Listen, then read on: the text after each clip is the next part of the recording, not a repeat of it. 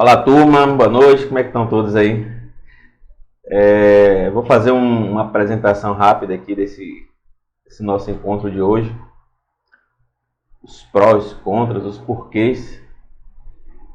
O tema de hoje é letramento digital. A galera que não está acostumada com esse tema aí, letramento digital é todo aprendizado a respeito de tecnologia. Desde o iniciante, né, aquele que não sabe nada de tecnologia, até aquele que já tem um conhecimento, mas que vai conhecer mais ainda conteúdo novo. Ou seja, tudo que é ensino relacionado à tecnologia, ao digital, o letramento digital ele cobre. Então, em uma das aulas recentes que a gente está fazendo no colégio, no projeto, eu comecei o curso justamente falando da necessidade das pessoas entenderem como funciona a energia da casa. A eletricidade de sua casa ela é fundamental no seu desempenho, na economia, na sua realidade digital.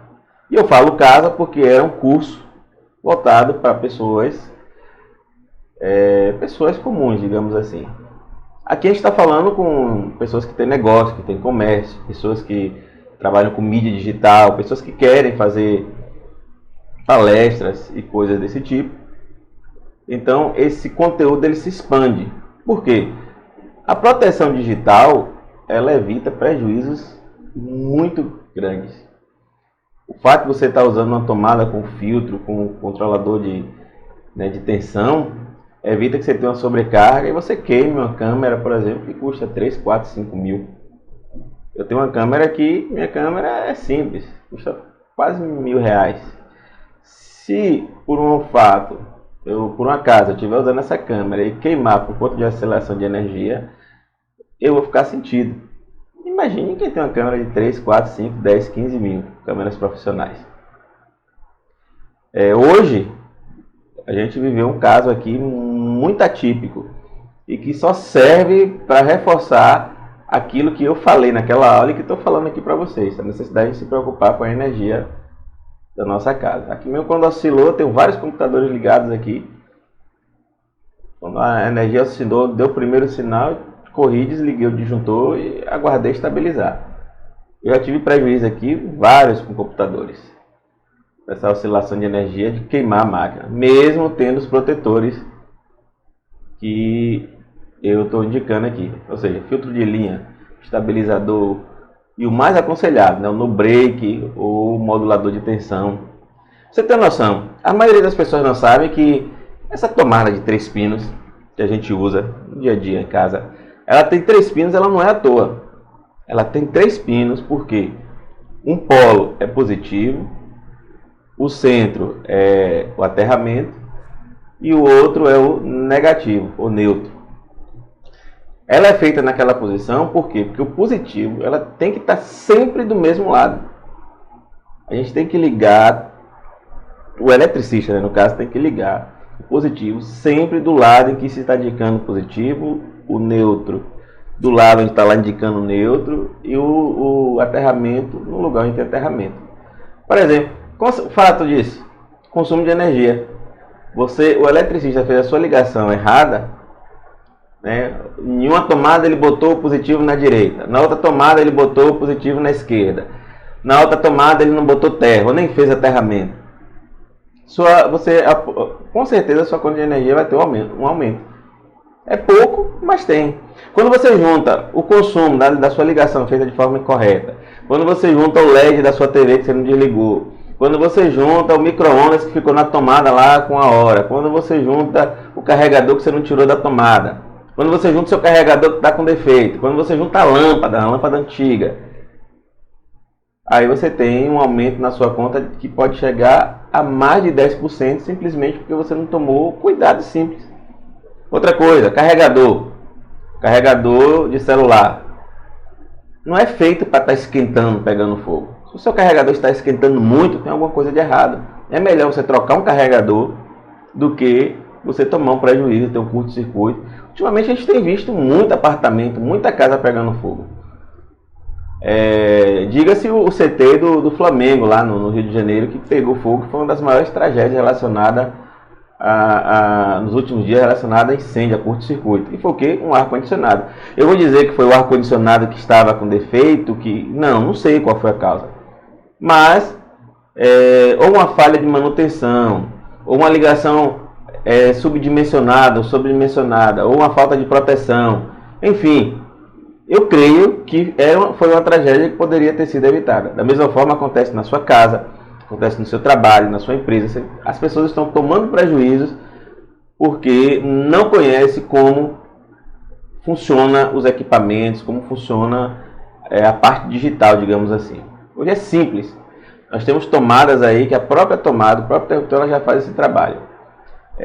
Às vezes a gente está em nossa casa e vê uma lâmpada, aquela lâmpada que fica meio que tremendo, digamos assim, querendo acender e não acende, mesmo estando desligada. É sinal de que tem alguma coisa errada com sua rede elétrica. A lâmpada não é feita para ficar daquele jeito.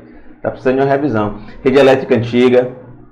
Então, tudo isso faz parte desse curso, desse projeto, desse trabalho que a gente chama aqui de letramento digital, de aprendizado digital, de como funciona e como fazer para funcionar e ligar e ter um uso correto dos equipamentos.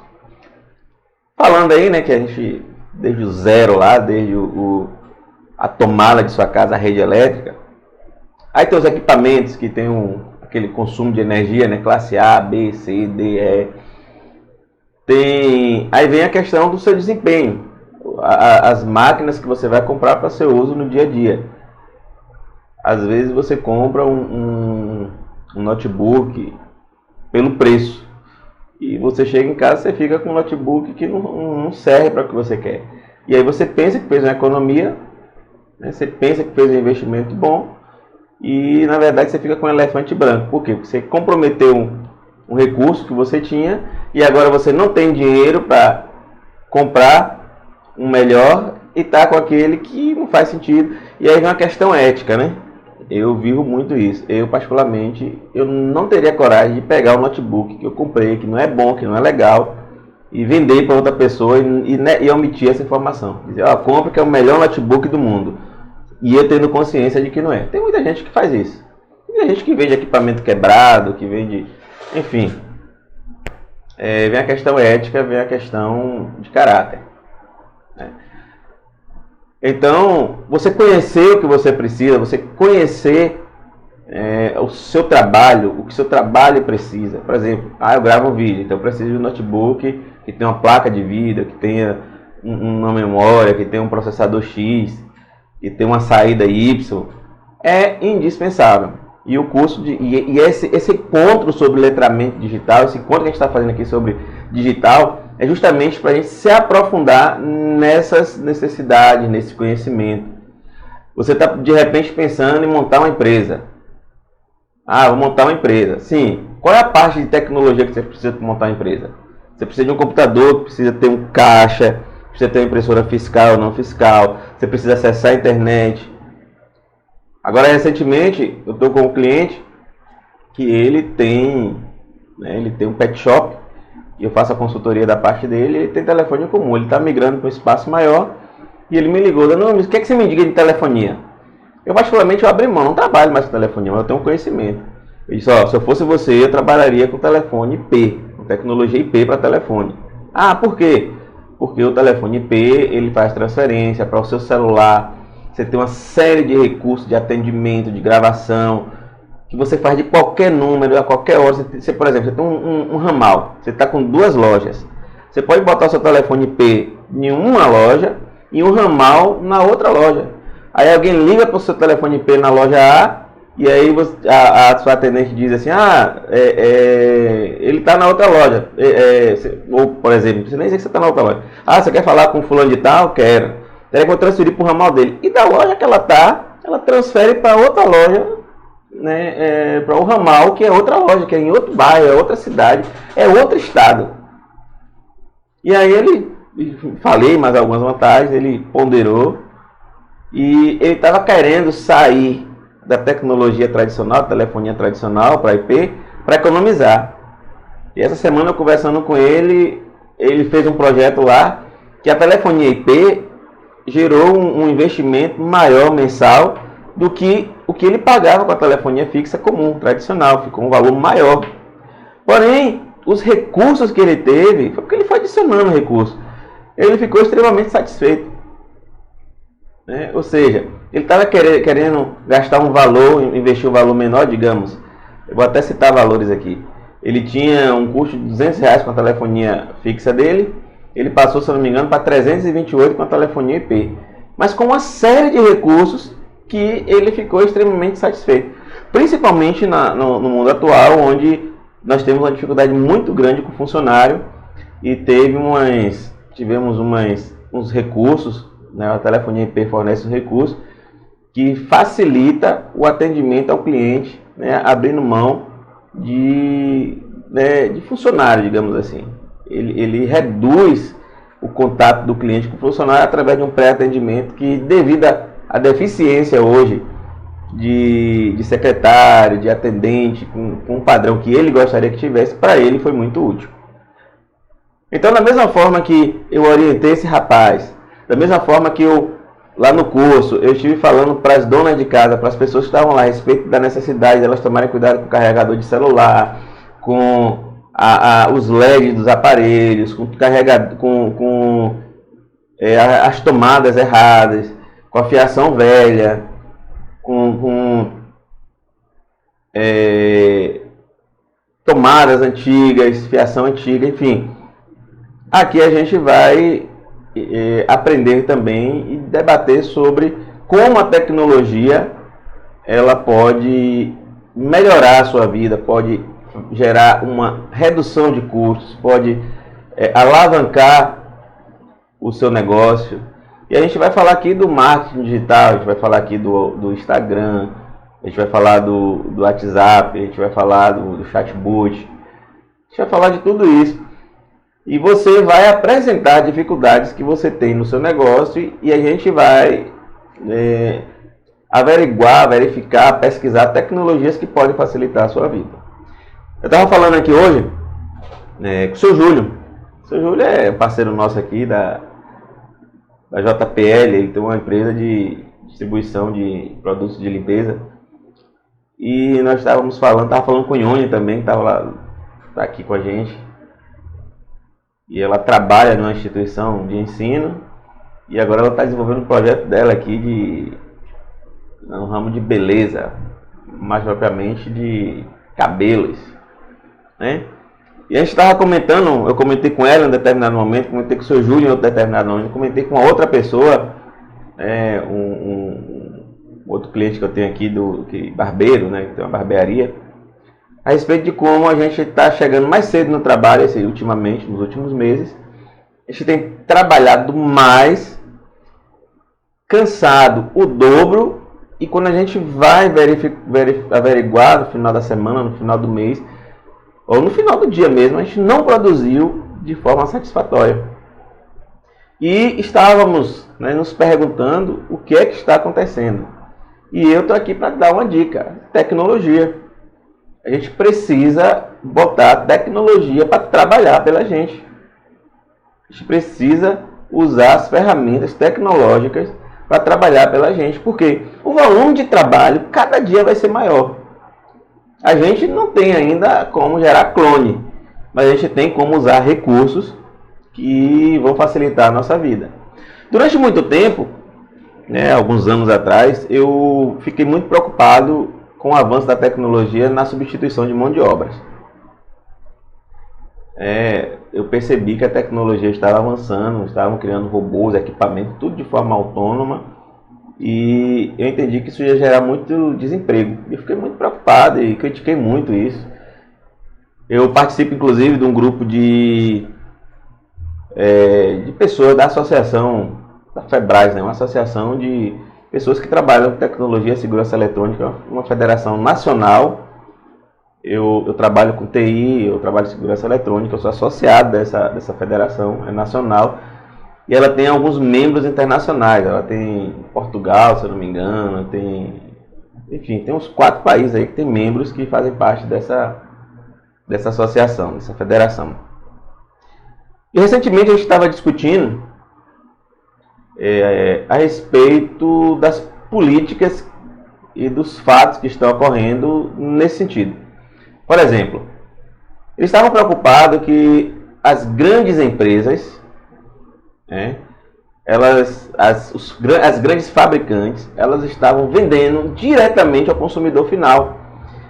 E estava havendo uma discussão que isso é uma quebra da cadeia econômica, ou seja, a indústria ela tinha que vender para o distribuidor, que teria que repassar para a revenda, que teria que vender para o técnico, a loja, e a loja sim trabalhar com o consumidor final, o técnico atender o consumidor final. A indústria está pulando essa etapa.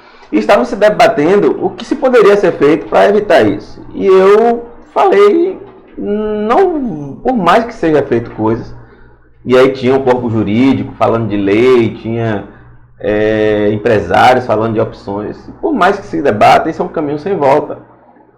A indústria, mais do que nunca, ela vai vender para o consumidor final, isso é uma realidade. A gente vê os fabricantes de automóveis, a indústria de automóvel vendendo direto para o consumidor final. Isso não é coisa nova. Eu lembro que a Sharp, há muitos anos atrás, ela já tinha um consórcio que atendia diretamente ao consumidor. A gente vê a Honda hoje aí, a fabricante de moto, ela vende, e outros fabricantes. E as empresas de tecnologia, de câmera, todas elas, elas já vendem e vão continuar vendendo e vão quebrar essa cadeia de econômica e vão vender direto para o consumidor final. Isso é um caminho sem volta. Por quê? Primeiro, a dinâmica do mundo hoje, ela exige que seja feito isso. Hoje, o fabricante nacional, ele não vende para o consumidor final aqui. Mas vem um fabricante chinês e vende direto para o consumidor final aqui. E aí a gente vai brigar contra esse sistema que está acontecendo aí mundial e que o nosso governo aprova, o nosso governo incentiva, o nosso governo dá desconto para empresas estrangeiras vender direto para o consumidor final aqui. Não vai, não vai mudar isso. É um caminho sem volta. As indústrias brasileiras, e diga-se por sinal, a indústria brasileira está numa situação muito delicada porque a nossa indústria ainda é considerada uma indústria 2.0. As indústrias mundiais, elas já estão no nível indústria 4.0. Em outras oportunidades a gente vai entender o que isso significa. Mas é basicamente o seguinte, as indústrias internacionais, elas estão operando com robô, elas estão operando com tecnologia. Lugares onde haviam 100, 300, 500 mil funcionários, hoje opera com 10, 15 máquinas, 2, 3 operários. A China, se vocês pesquisarem na internet, ela montou produtos, equipamentos para montar uma hidrelétrica toda com impressoras 3D sem uso de funcionário. Por tempo isso. Então é uma tendência, o mundo está virando tecnológico. E aí eu pergunto, o que você está fazendo na sua empresa, o que você está fazendo na sua casa? Qual o seu esforço, qual o seu investimento para você se adequar a essa realidade mundial? O que você está fazendo para a sua empresa evoluir, para a sua empresa concorrer com o Mercado Livre, para a sua empresa concorrer com a Shopee, sua empresa concorrer com o Marketplace? O que é que você tem feito? Esse grupo aqui é justamente para tratar desses assuntos, para trazer soluções para que você não fique de fora do mercado. Porque se você continuar nesse modelo que você está aí hoje, que você está aí, é a sua empresa de produto de limpeza, você do ramo de cabelo, você do ramo de gráfica, você que está aprendendo aí a palestra, de ensino. Se você não se adequar à realidade mundial, você vai ficar para trás. Na verdade, vocês já estão para trás. A primeira aula que eu dou no curso de letramento digital, nesse projeto original, eu coloco uma frase. Todos, ou muitos, estão correndo atrás. E ao longo do curso, ao longo da aula, eu vou explicando por que a gente está correndo atrás. Eu fui criar um e-mail com o tema, e eu inocente, eu achei que se eu colocasse letramento digital 01 ou 2023, não ia ter quase ninguém com esse nome, que é um nome meio incomum. Quando eu coloquei, apareceu letramento digital 900 e não sei quanto lá já que existia. Aí eu falei pro pessoal, você tá vendo aí por que eu coloquei essa frase que vocês estão correndo atrás? Porque só no e-mail aqui já tem milhares em sua frente. E assim na tecnologia, tem um menino lá que ele quer ser desenvolvedor, ele quer desenvolver software, ele quer ser programador. Ele tem 18 anos. Aí eu falei para ele, ó, você com 18 anos, você está correndo atrás. Por quê? Porque tem meninos aí com sua idade que já desenvolve, você não sabe desenvolver ainda. Eu perguntei para ele se ele entende um pouco de lógica de programação, ele não entende nada, ele só tem um sonho. Então ele está muito atrás. Aí eu citei o exemplo dos dois mais jovens bilionários brasileiros que foram eleitos sobre a segunda Forbes, se eu não me engano, no início desse ano, foi no final do ano passado. Foram dois jovens que com 13, 14 anos eles desenvolveram o primeiro software dele, o primeiro programa dele na escola, no trabalho de escola. E esse software que ele desenvolveu no trabalho de escola gerou a ele uma empresa que gerou resultado e que quando ele terminou o segundo grau aqui no Brasil, ele foi cursar na faculdade dele nos Estados Unidos. Lá nos Estados Unidos ele recebeu uma bolsa no Vale do Silício e ele montaram uma empresa lá, toda patrocinada lá no Vale do Silício. E a empresa deles prosperou nos Estados Unidos, prosperou no mundo. Eles têm uma filial aqui no Brasil. E eles se tornaram os dois jovens bilionários brasileiros, os mais dois, né, os jovens com menos idade, né, a menor idade, bilionário brasileiro. Você pode pesquisar na internet. E eles começaram no ramo de programação de software com 13, 14 anos, se eu não me engano. E ele está com 18, não tem nada ainda, ele está correndo atrás. Aí eu te pergunto, qual a tecnologia que sua empresa tem? Você já vende pelo Instagram? Você já vende pelo WhatsApp? Você está no Google, se alguém jogar sua empresa lá no Google vai te achar? Você compra onde? Você compra no fornecedor local, você compra no fornecedor mundial. Tem gente que está comprando fora do Brasil e concorrendo com você que está comprando aqui caro. Por exemplo, eu faço serviço gráfico aqui na minha loja. O meu serviço gráfico eu mando fazer em uma empresa de Minas Gerais. A empresa de Minas Gerais faz e sai mais barato que se eu mandasse, se eu terceirizasse com a empresa daqui. Eu recebi agora um lote de bijuteria, só vou colocar aqui na loja, que veio de uma cidade do interior do Paraná, que eu nem conhecia. Acho que é Paraná, Espírito Santo, esqueci agora. O nome da cidade é Umarana, um negócio mais ou menos assim. E o rapaz que estava comigo disse, vem cá, essa cidade é polo de distribuição? Aí eu falei, acredito que não. Mas por que você está perguntando se é polo? Não, porque para estar vendendo para o Brasil, para o mundo inteiro, tem que ser polo. Eu disse, não. Para vender para o Brasil e para o mundo inteiro, você vai para um local onde o imposto é baixo, onde fica bem posicionado geograficamente, onde você tem uma mão de obra, um custo baixo, e você monta um galpão lá, faz um investimento e você vai vender para o mundo inteiro. O senhor está ultrapassado, querendo investir em um lugar, achando que você precisa estar em uma posição geográfica para vender bem. A tecnologia mudou. Hoje eu faço meu serviço gráfico com a empresa de Minas. Eu compro de uma empresa do Paraná. Eu compro de São Paulo. Tudo aqui dentro, sem sair. O que isso é normal, né? E agora eu estou preparando a loja para vender para o mundo inteiro através da internet. E se necessário for, eu vou para uma outra cidade montar um centro de distribuição, um galpão lá, para vender a partir dessa cidade. Se o imposto for mais viável, se a malha, a transportadora for mais viável. Por isso que a galera sai daqui do Nordeste e vai empreender em São Paulo, vai empreender em outros lugares, porque o Estado lá oferece condições e de lá de São Paulo eles podem vender aqui para o Nordeste. O Ceará agora é um dos maiores polos exportadores de calçado, um dos maiores polos fabricantes de calçado. Eu acredito que mais de 70% da produção dele não fica no Brasil. Ele vende para fora do Brasil. Aí a gente chega aqui no nosso estado, a gente não tem incentivo, a indústria não tem incentivo. E quando os setores se desenvolvem, tipo agro, a galera quer destruir, por quê? Porque é tecnologia, porque o pessoal do agronegócio investe muito em tecnologia, produz muito isso, aquilo, e a galera fica criticando. Mas é o caminho.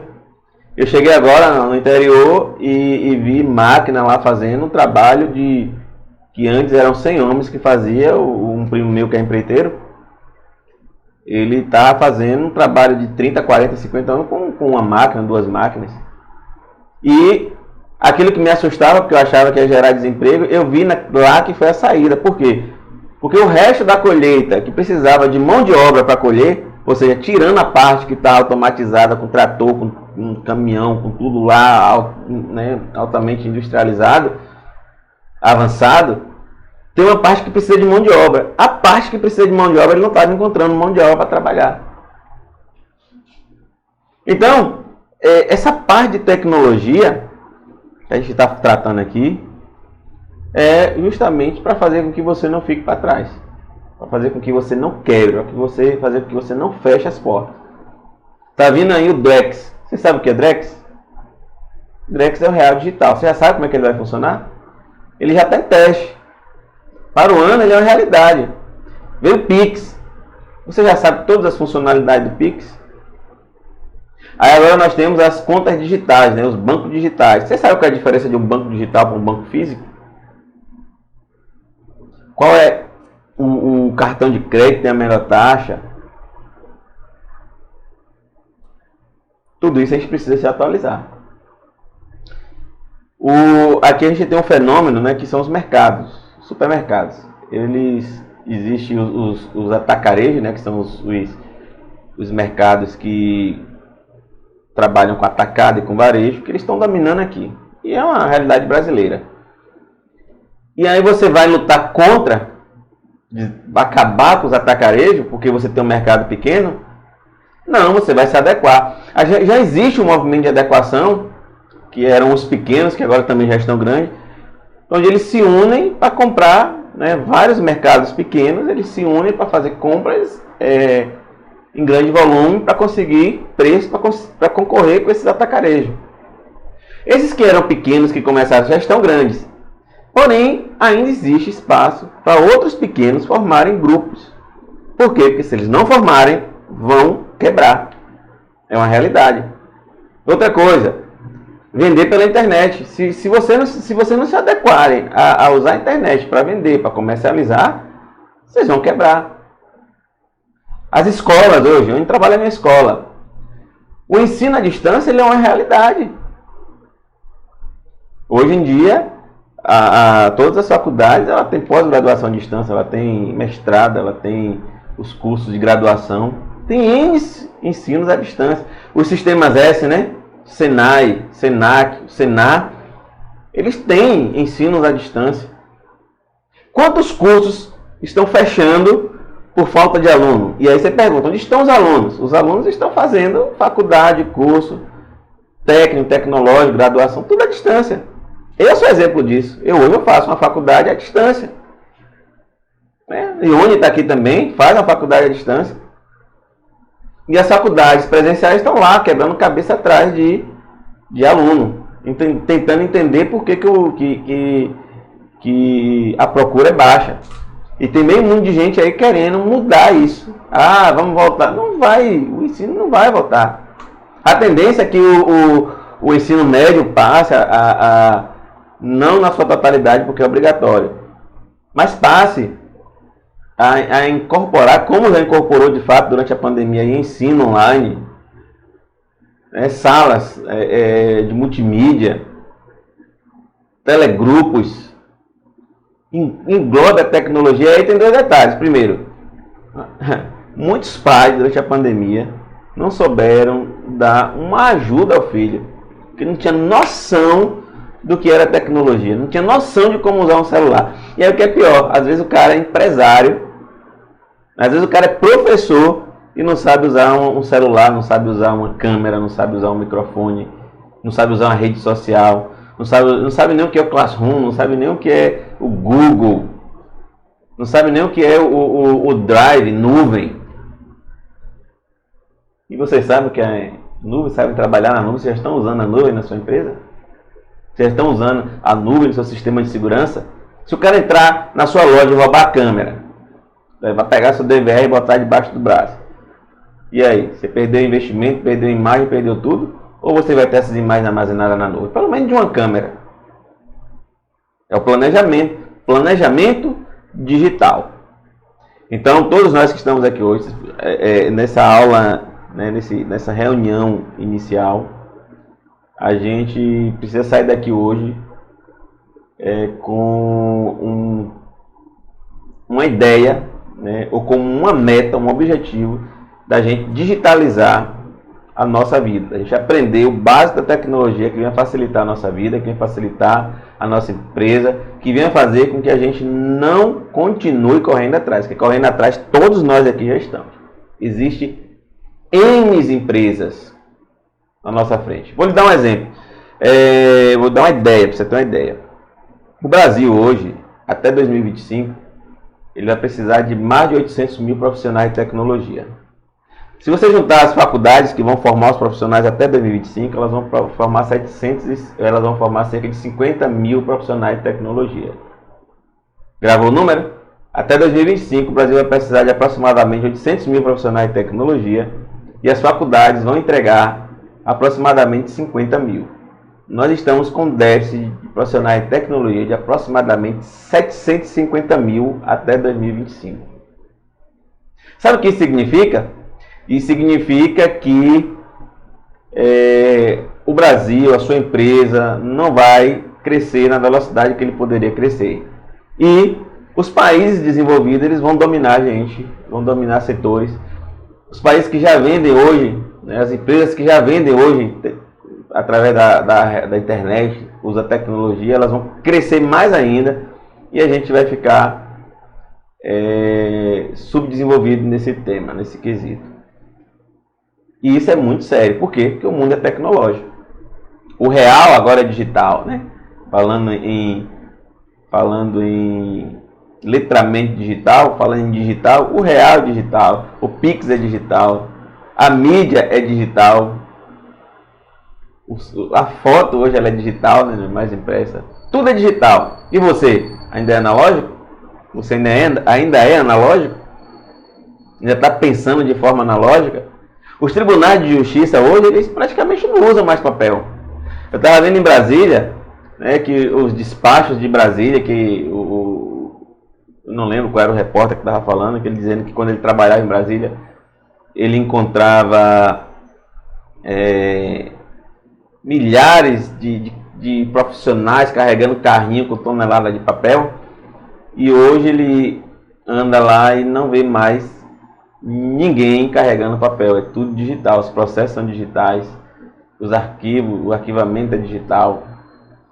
A gente vem para a segurança pública aqui e a gente vê milhares de câmeras espalhadas pela cidade, reconhecimento facial, o trânsito opera de forma digital, a segurança pública de forma digital, as portas são automatizadas. A gente chega nos caixas de supermercado, aqui na Bahia é uma realidade.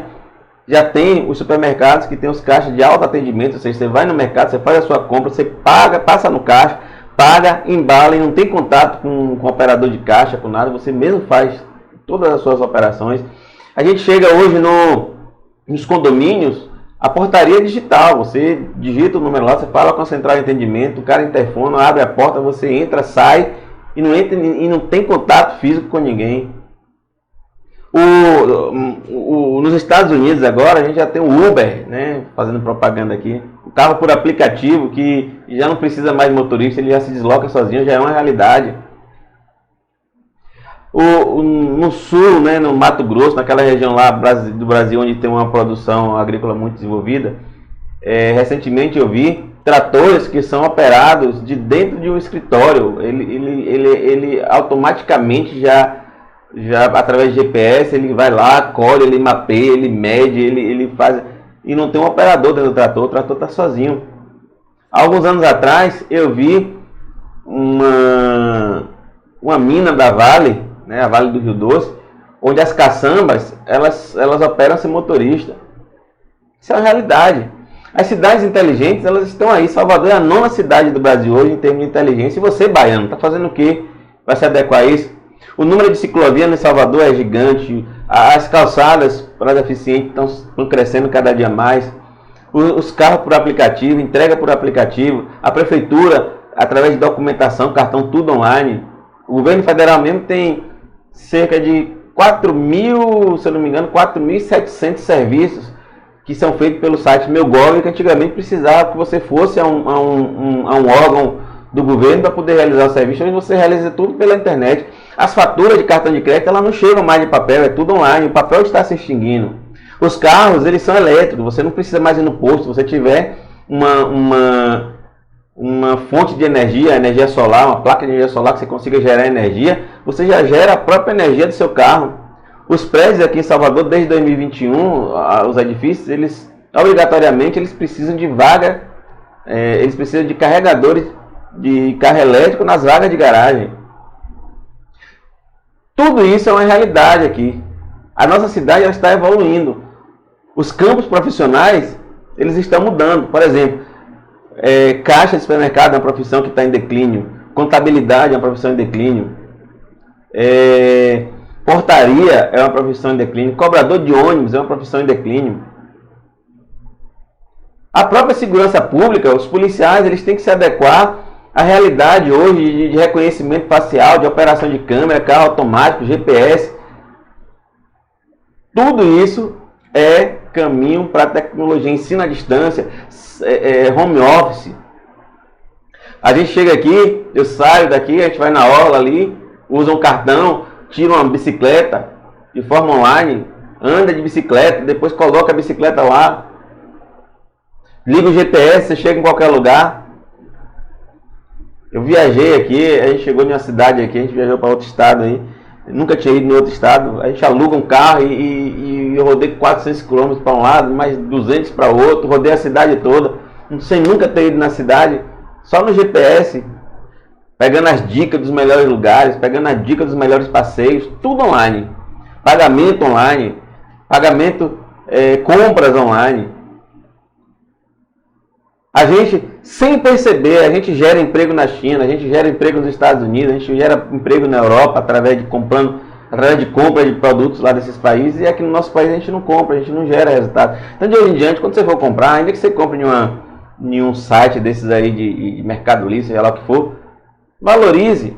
Olhe se você está comprando pelo menos de uma empresa do seu país, para gerar imposto no seu país, para gerar emprego no seu país. Isso é difícil, mas vale a pena você pagar R$5 a mais e investir no seu país do que você economizar R$5 e investir numa nação que você nunca vai nem colocar o pé lá. Pelo contrário, ele está te subjugando. Ele está dominando a sua nação, dominando o seu emprego, dominando a sua tecnologia, e você está lá contribuindo ativamente para que eles continuem crescendo e a gente continue regredindo. Então, esse propósito de hoje, já para encerrar, né, e a gente partir agora para a parte presencial aqui, de tirar dúvida, né, onde vocês vão expor aquilo que é a sua dor. Minha empresa hoje, eu tenho dificuldade disso. Então, a gente vai partir para esse momento aqui agora. A gente vai relacionar aqui uma série de coisas, de problemas reais da nossa vida, e onde a gente vai propor soluções, a gente vai iniciar um movimento de melhora. Mas para finalizar essa parte aqui dessa gravação, que provavelmente a gente vai expandir para os outros que faltaram aí, e deixar quem faltou com água na boca, porque agora a gente vai falar aqui de como resolver esses problemas, qual é a necessidade de cada um, qual é a dúvida de cada um aqui, qual é a dor que ele está sentindo, e a gente vai entrar nas discussões do que pode ser feito, de como pode ser melhorado, criar um plano de negócios, que aí já é de empreendedorismo, que é uma outra aula, e depois de como arcar com isso, que aí já é a parte de finanças e investimento, que já é uma outra aula. Se você faltou a de hoje, é tudo interligado. Você planeja a tecnologia, você planeja o investimento, você planeja o empreendedorismo, o marketing, o plano de negócio da sua empresa. As aulas elas são pensadas para ser sequenciais. A sua empresa ela não só é tecnologia, ela não só é administração, como ela também não só é dinheiro, é tudo junto. E você também é assim, a sua casa é assim. A gente precisa passar por uma metanoia, uma mudança de mente. E esse projeto aqui, que está na escola também, o projeto Letramento Digital, eu estou levando para as escolas, eu faço as aulas de forma particular. Se você quiser contratar esse curso, tem um curso particular, mas é outra realidade, né? Nós temos o nosso grupo aqui, a comunidade de pé, que recebe esse conteúdo de graça, né? Cada um contribui como pode, certo? Mas essa aula, esse curso, ele é pago, né? Para o indivíduo aqui eu cobro. Vocês estão recebendo de graça aqui, certo? Na escola, né, lá na escola pública, através de oficina, para os alunos, para a comunidade escolar é de graça, mas o governo paga. Eu recebo uma ajuda de custo para levar esse projeto para a escola. E a galera que está recebendo de graça, por favor, valorize, né? Valorize, porque eu acredito. Eu, por enquanto, ainda estou acreditando, já estou muito frio com relação a isso, mas eu acredito que a gente pode mudar o mundo ainda. Eu estou dando a minha contribuição, abrindo a sua mente, te fornecendo conhecimento, consultoria, tudo que está ao meu alcance, eu estou oferecendo para vocês, para que vocês se desenvolvam, para que vocês multipliquem isso. Valorize, porque, sinceramente, não é exaltando não, eu não conheço ninguém que faz esse trabalho de graça, que nem eu estou fazendo. Se vocês conhecerem, me digam para eu poder não repetir mais isso. Dizer, não, eu faço e eu conheço alguém que faz também, mas por enquanto eu não conheço. Pelo contrário, quando eu abro aqui e digo que eu estou fazendo esse projeto, aparece meio mundo de gente querendo participar, mas na hora H, na hora de viver a realidade, na hora de compartilhar conhecimento, tanto é que essa sala era para estar cheia aqui hoje. Mas todo mundo está ocupado. O problema de todo mundo estar ocupado é que daqui a uns dias eles não vão estar ocupados por opção. Eles vão estar ocupados por falta de opção. Porque a tecnologia vai dominar, o seu concorrente vai crescer, o seu concorrente vai estudar, o seu concorrente vai contratar pessoas de faculdade, vai trazer pessoas de outro país, vai fazer a empresa dele crescer e vai comprar a sua. E você vai ver se lamentando, vai virar funcionário, em vez de virar empresário, empreendedor, virar patrão, que nem disse. Ok? Vamos encerrar aqui essa parte. Eu acredito que deu para abrir a mente, eu acredito que essa aula aqui, ela serviu para despertar quem está nos assistindo e fazer com que vocês entendam. O objetivo maior dessa aula é abrir a mente. Abrir a mente para uma realidade que já está aí, está dentro da sua casa, está dentro de sua empresa. Eu recentemente chegou um rapaz aqui, um porteiro, com três cursos que ele tinha feito. Ele recebeu 3 certificados de curso na área de portaria que ele tinha feito. E ele falando, eu me esforço para ser o melhor porteiro. E eu não quis jogar um balde de água fria nele não. Fiquei calado e pensando comigo, coitado.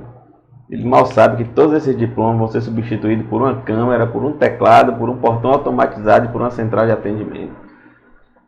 E ele vai ficar frustrado porque ele se especializou tanto numa profissão que em pouco tempo não vai existir mais, pelo menos na dimensão que tem hoje.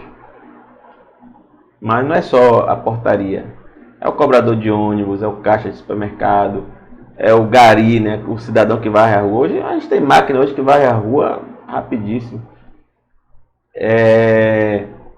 A assistência técnica, é o técnico que muitas vezes faz manutenção no computador. Hoje, na Europa, é comum, o cara deu defeito, ele troca o notebook.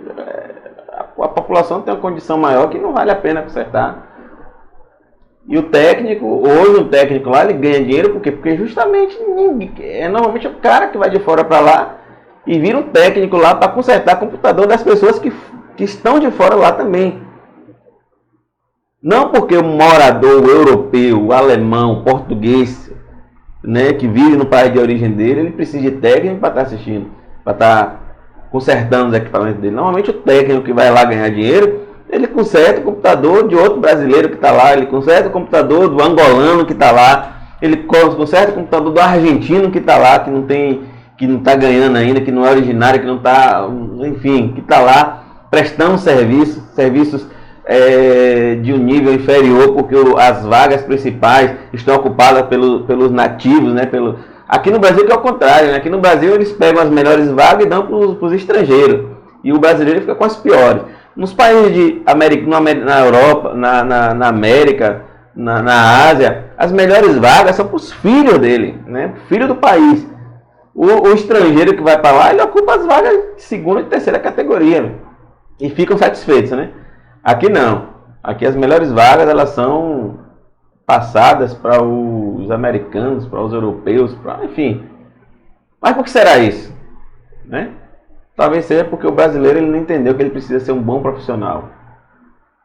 E que dancinha de TikTok, nada contra, mas que gera vida na internet, gera curtidas, isso não gera riquezas para um país. Pode gerar até riqueza para o indivíduo, mas não fortalece uma nação como nação. Né? O que fortalece uma nação como nação são bons engenheiros, são bons advogados, bons juristas, bons professores, bons técnicos, bons profissionais, realmente gabaritados, pessoas comprometidas, pessoas de caráter, pessoas inteligentes, pessoas capacitadas, bons empresários. Né? Isso gera recursos, gera valor para um país. Agora essa galera que vive de bate-boca, que vive de disse-me-disse, de dancinha, né?